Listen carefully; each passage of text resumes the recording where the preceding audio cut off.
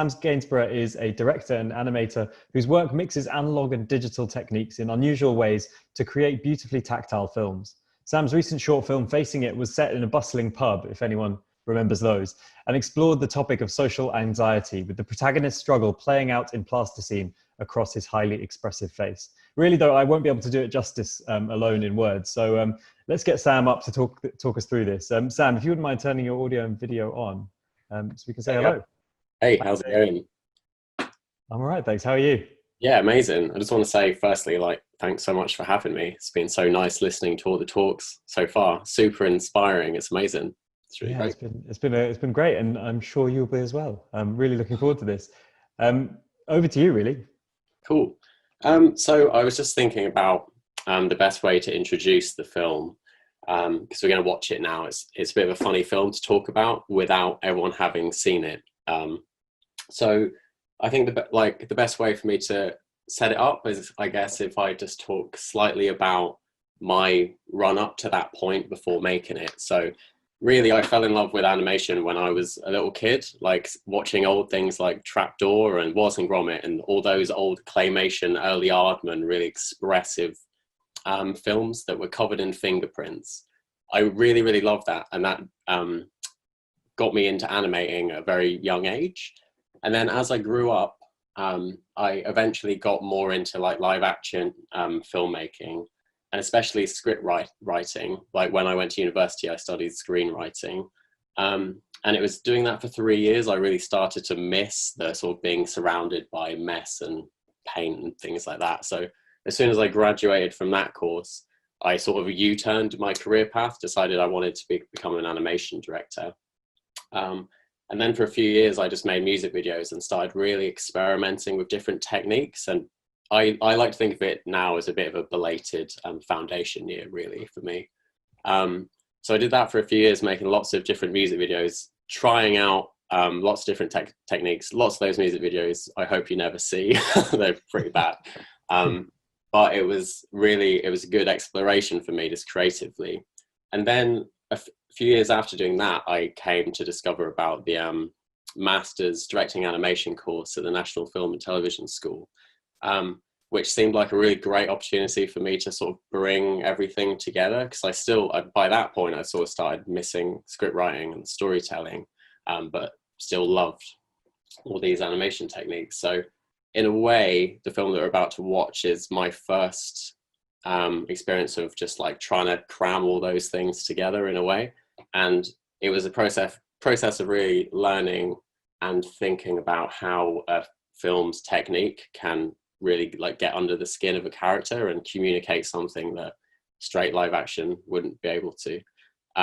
So yeah, I guess we can play the film now. It's only 8 minutes, and then once the film's finished, I'll just give a real quick behind the scenes run through of everything. But yeah, we can show the film now.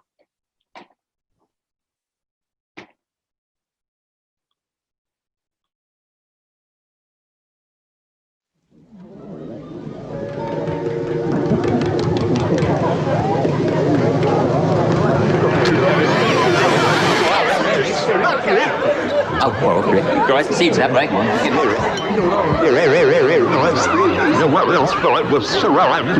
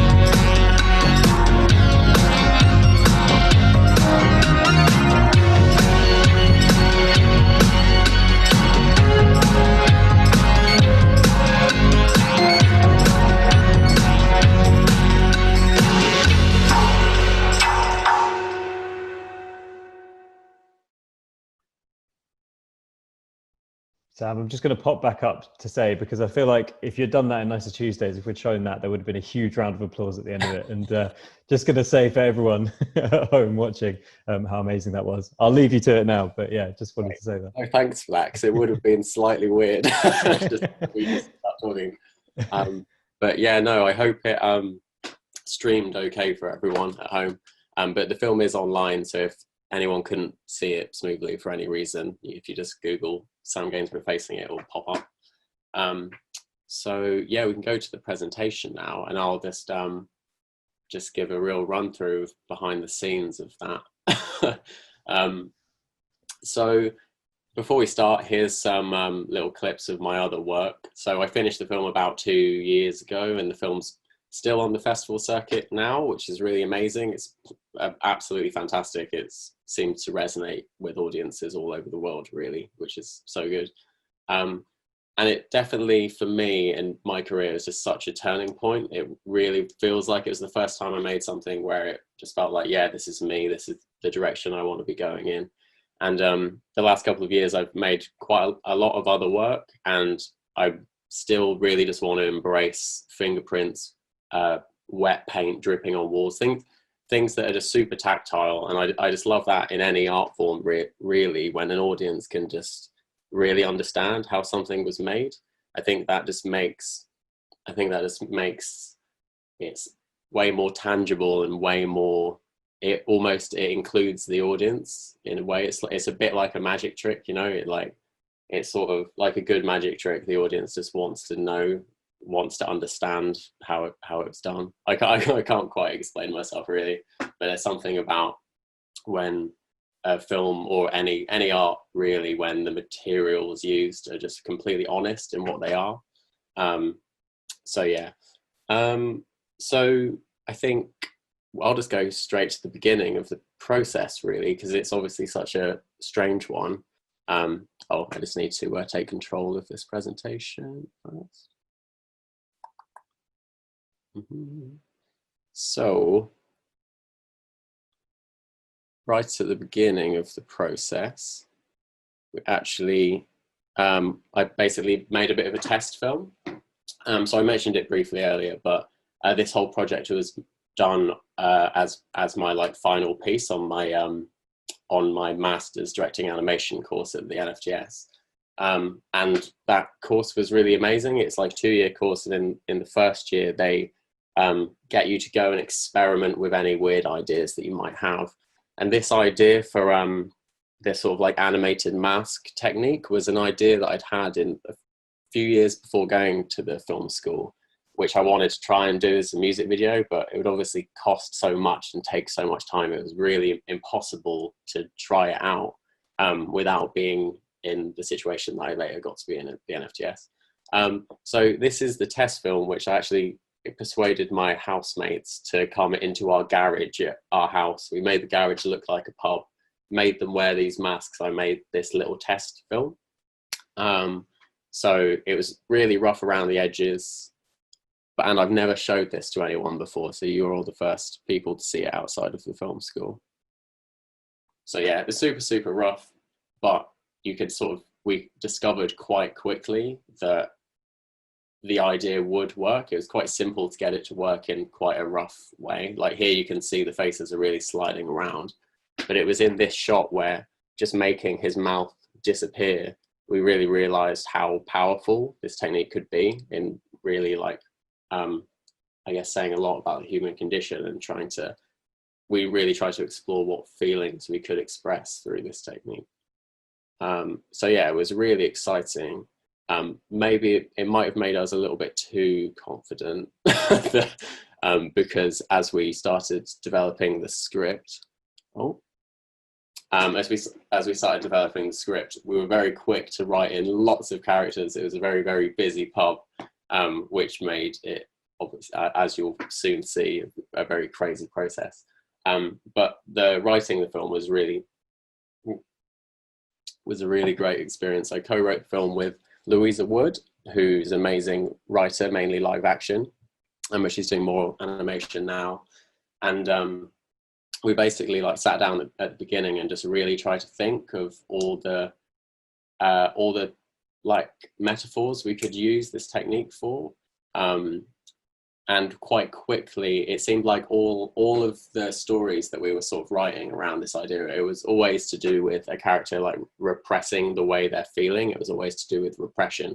We very quickly wrote a main character whose skin was covered in rock and he was struggling to express himself.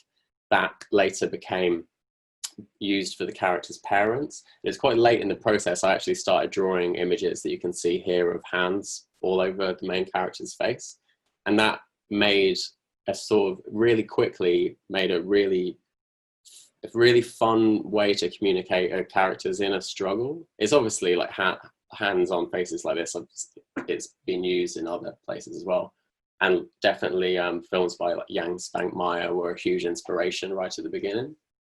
But we wrote so many films, and in the end it seemed like every story we were writing we were sort of trying to say the same thing. In the end, I think the thing that made it was a huge challenge, but it made us refine our ideas, was we really decided to use no dialogue. We thought using this technique, if we're also using words, then we haven't really got to the root of what we can just be telling visually. And I'm so glad that we made that decision, because the way the film has been received all around the world, I don't think that would have happened if the characters were speaking English the whole time. I think it really made us think, how can we communicate each moment of the film visually? So yeah, I think the writing process went on for about, it was months. I'm not going to remember, or I'm not going to be able to tell you all of the exact amount of times and things like that, because it's all a bit of a haze to me. But I think it was about three months of writing, and then we got to the point where, if I can play this, we made an animatic. So if you're making an animated film, you first work up your storyboards, and then you put these storyboards onto a timeline until you have just like a complete blueprint of the whole film, which was super important. I worked closely with the editor, M. Demiri, who we just really scrutinized the need for every shot. We knew every shot in the film was going to be a huge amount of work, so we just wanted to make sure that every shot really needed to be there. So yeah, we finished the animatic, and then from that point on, it was time we'd have to start building everything. And I mentioned before that I think we were maybe a little bit too confident after the test film, which we made in the garage. And I was soon slightly overwhelmed by the amount of masks we had to make to fill the pub. And I had no idea really how to do it. So in the end, it was sort of like a paper mache, but with fabric, with plasticine sort of smeared on the top, with felt wool spray mounted to the top. It was completely just rushing, making it up as we sort of went along, because there was no rule book really. We were just sort of making it up, which was a crazy experience, but it was really fun. So while I was in one room sort of just making as many masks as possible, the amazing production designer Fiona Guest was actually building a life-size pub on the main stage. This is probably the first bit where I'll really plug how amazing the NFTS is as a film school, because for me it was the only place where you could go and study directing animation, but you'd get facilities that you would on like a live action course. So amazingly, we could actually build a life-size pub to shoot our film in, which you can see here. So yeah, we painted it really vibrant, crazy colors. And yeah, and quite quickly the shoot came round. So we were filming in live action with little bits of pixelation. Pixelation's where you're shooting stop motion, but you're sort of using real people as puppets, like Jan Spankmajer films. But we shot a lot in live action. I can play this. So yeah, here's just from the rushes, just like our opening take, what it looked like, which was pretty crazy. It was like, looking back to it, probably one of the most stressful times ever. all of the masks were completely handmade and sort of falling apart mid-shot, which was so funny. You can see me there with the DOP Bruno Grillo. We're both just like slightly overwhelmed, You can see us there really like stressing out. The amount of color that was just everywhere was slightly overwhelming. But it was so funny and it was just so much fun. It was one of those experiences where I was just thinking, I can't believe that so many people have got roped into this completely crazy idea. So yeah, here's our amazing cast. And it was a really mad shoot because it's so weird. Anyone that's done any live action, it's like you're framing and the actors' faces and eyes are so important that in a way for us, it would be like, we'd be directing the actors, we'd be trying to get the shot that we needed, but when they would move, I would sort of have to simultaneously figure out, all right, that little gesture they did, can I make that work? What would the face need to be to logically make that movement work? It was all really complicated, but kind of fascinating. So yeah, we also did the location shoots, which, I mean, this is just like the best shot ever. It's little Rufus there. So yeah, with all the outside scenes, I really wanted it to feel like the outside location shoots were as fake as the world that we'd built. So we went to like Kent, went to Dungeness, to scenes that were just like crazily flat and felt a bit like something from a dream, just so it didn't feel quite right. So it almost felt a bit staged. That was really important to me.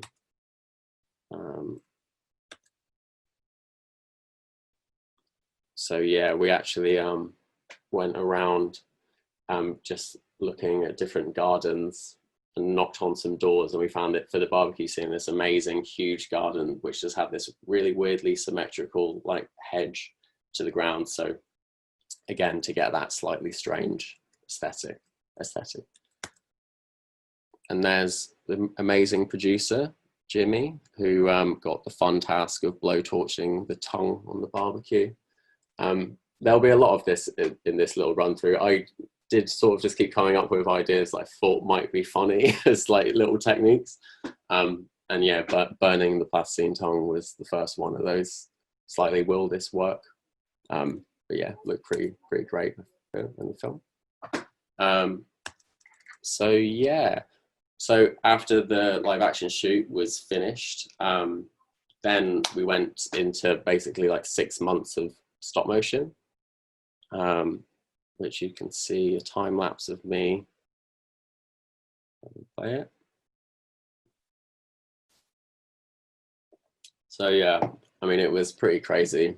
I don't know if I recommend it to anyone to animate a sad head on a stick for 6 months, but it was, I mean, it was such a fun process because again, we hadn't seen anyone doing this process before.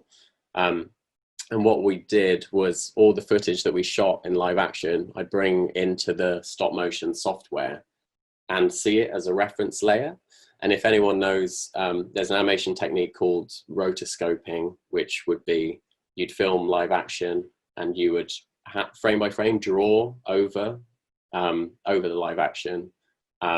So you could like trace the movement, or you could augment the reality of it. And in a way, this was doing that in stop motion. We would have the live action that we shot, which I can show you in a second. We'd have the live action that we shot, and frame by frame, I would sort of trace it with what I was animating in stop motion, which that's me and another animator, Isabel Garrett, helping me there. If I go to the next clip, I think you can see what I'm talking about. Sorry, my computer's being a little bit slow. Okay, so yeah, here's just a selection of clips. So yeah, it was all just shot on a green screen. As you can see here, it's like I would have a sort of see-through layer of the live action shots that we filmed, and I'd be like moving it and matching the movement just by eye, frame by frame, as best I could. So in the film, it's not completely perfect, but I think that there's a lot of charm in that, hopefully. Cool. So beyond all the faces, again, I mentioned before about just like sticking in crazy ideas in there. It was important to me for some reason that the dad at the barbecue was eating a real burger. So here we had to gaffer tape an actual real beef burger to the plasticine thing, which was pretty disgusting. Again, I don't recommend it to anyone, but it was pretty funny. The bit where his head like explodes and it fills the whole screen, that whole shot was actually the size of a really massive table, and I had to drag in some friends to help me animate it because I completely rubbed off my fingerprints and had blisters all over my hands just to keep the plasticine moving. In the years after the NFDS, I discovered heat guns, which are amazing to just heat up the plasticine, and it sort of turns it into paint. Back at the NFDS, I just didn't really know, so I just dragged in lots of people to help out. And then, again, a big plug for the NFDS. It was amazing that we built this bar and we got to destroy it in stop motion. So I really wanted to do a crazy transition, which you see in the film. So I got like Louisa, the writer, and Jimmy and Bruno, everyone came. People were painting bottles in the bar blue. People were staple gunning hay all over the bar and all over the walls just to make this crazy transition. And we didn't have a motion control, so we actually just measured out on the floor the steps for the camera to move back. So we just moved the camera frame by frame to create that camera move. So yeah, it's pretty crazy. There's a lot going on in that one. Might have skipped a slide. So, and then after we, actually I want to go back a slide if that's okay. So my computer's a little bit laggy.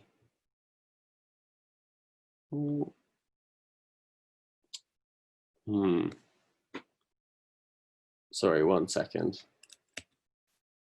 Okay, yeah, this is the one I want. Yeah, so the backbone of the film was just to animate all of these characters. So here you can just see the scale it was. I actually don't know the number, but in the end, the amount of plasticine we used was 1/2 ton.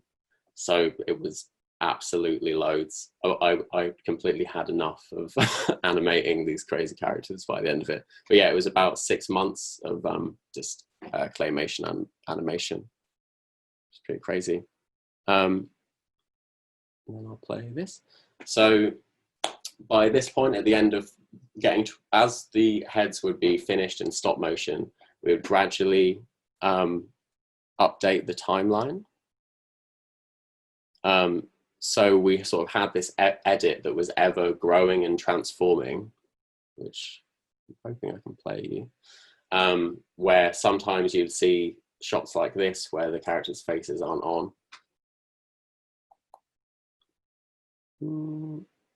Oh, maybe not. Okay, doesn't matter. And basically you'd see all huge bits of rigs and bits of green screen, and basically the whole thing was just like a crazy mess. The amount of work that needed to be done to tidy up the whole film was completely insane. As you can see here, there's a bit of a time lapse of, if anyone knows a software called After Effects, it's really good for like finishing up and compositing animation. We didn't quite realize the amount of work that it would need to be, which would just be frame by frame by eye. We'd have to go in and cut out around the neck of the characters to get rid of bits of the rig. This process, which was not a fun process, ended up being, I don't even know, I don't want to figure it out, probably another 5 months continuously doing this, which Demiri, the film's editor, was absolutely amazing, and just me and him just like stuck through the process to get it finished. But yeah, so it was pretty mad.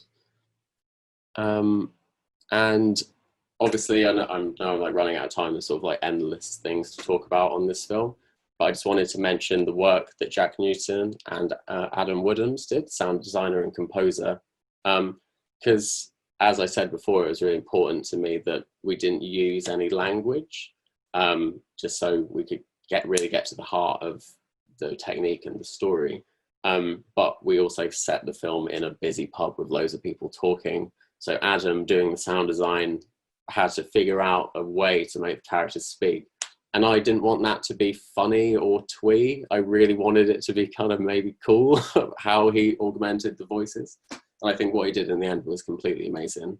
And equally, Jack Newton, the music we did so many drafts, and we just didn't want to have the music be like going with certain visual themes, because visually the film was so busy. Having music that was doing like too much or scoring everything just made it pretty overwhelming. And we just wanted the music to be pretty fun and, again, kind of cool, which I think they did a fantastic job. So I just wanted to mention it there. And equally, I think I just wanted to say, like, the thing with animation, there's a bit of a stereotype with it, which I don't necessarily like, which is it's people all over in sheds making their animated film. And I feel like the thing that going to the NFTS really taught me is it's so exciting to collaborate with so many people that are way better than you. And yeah, the core team that I made the film with, it was just such a fantastic experience of, yeah, just collaboration. So yeah, I think that's everything that I was going to say. I hope that made sense. I don't know. Thanks very much, Sam. That was absolutely amazing to see. I can't believe it. 6 months, half a ton of plasticine. That's just crazy. I also love seeing those people sitting at the bar with those masks on. Yeah, just really great. Thanks so much for that insight. I guess just one question for you really is just, I mean, you obviously, I'm presuming you're a bit sick of using that technique, but what was the one thing you learned about that technique that, you know, what it's capable of really? I mean, I'm definitely not done with it. I felt like it's been quite good to have a step or have a break from it, because I've gone to try and start writing the next film quite a few times, and it seems like it's still been in the same process of writing the same film again and again. Right. Whereas I feel like stepping away, and I've done in the last couple of years some other techniques to try and branch out. And I feel like I've started to think about what the sort of next version is. I think, you know, there's something about just creating like an augmented reality that is super interesting to me. If I recently did a thing for Take Britain, which was like bringing William Blake's paintings to life, which was, if anyone knows that there's an amazing filmmaker called like Blue that does these amazing street art, frame by moving stop motion street art things. And I wanted to sort of experiment with a visual style that was a bit like that. I don't know if I'm answering your question. That's right. No, it was quite a broad question. So yeah, all good. Yeah, I feel like, yeah, there's something about that, just like changing whatever part of reality you want to change to tell your story is sort of like an infinite like wealth of, you know, I think if the street is normal but something is wrong, the question of why that thing is wrong can say so much so quickly. So yeah, I want to keep writing in that direction really. Amazing. Well, if that's anything to go by, it's all going to be very, very exciting. Sam, we're going to have to leave it there.